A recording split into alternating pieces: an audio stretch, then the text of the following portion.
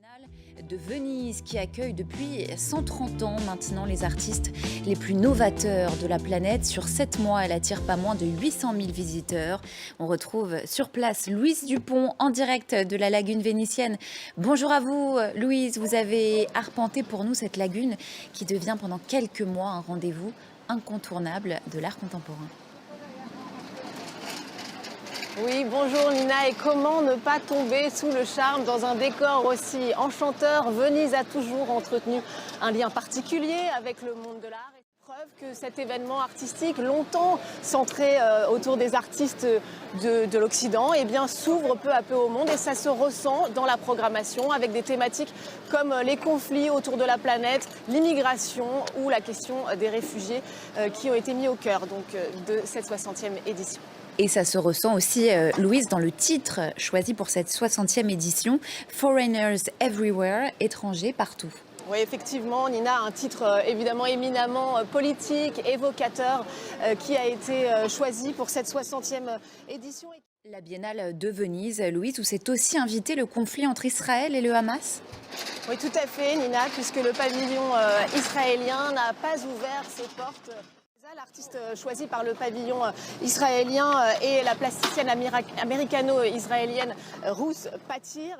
Elle a déclaré sur Instagram vouloir, je cite, joindre sa voix à ceux qui lancent ce cri, cessez le feu immédiat, ramenez les otages, nous n'en pouvons plus. On va tout de suite écouter la réaction du commissaire de cette 60e édition, Adriano Pedrosa.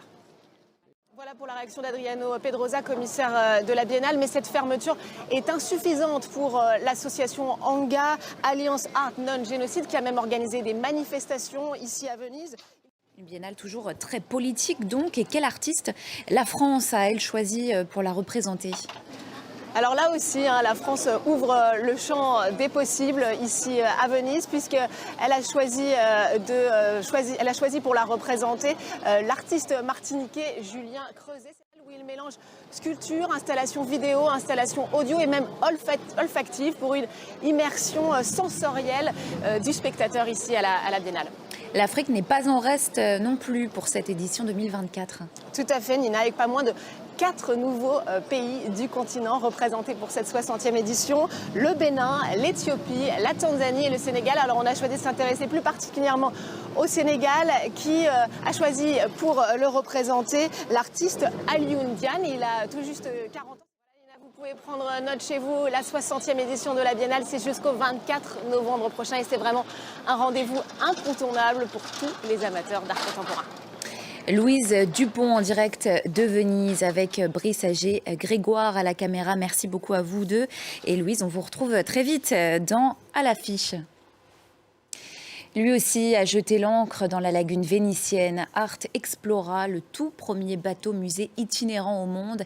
Il a démarré son odyssée culturelle à Malte en mars dernier. Le début d'un périple de 2 ans qui l'emmènera à Marseille, à Tanger et à Rabat notamment. Valentine Herba a fait escale à Malte pour l'inauguration du bateau. Regardez. À l'affiche, c'est déjà fini. On termine cette émission en images avec un tour d'horizon des autres œuvres d'art exposées à la Biennale de Venise cette année.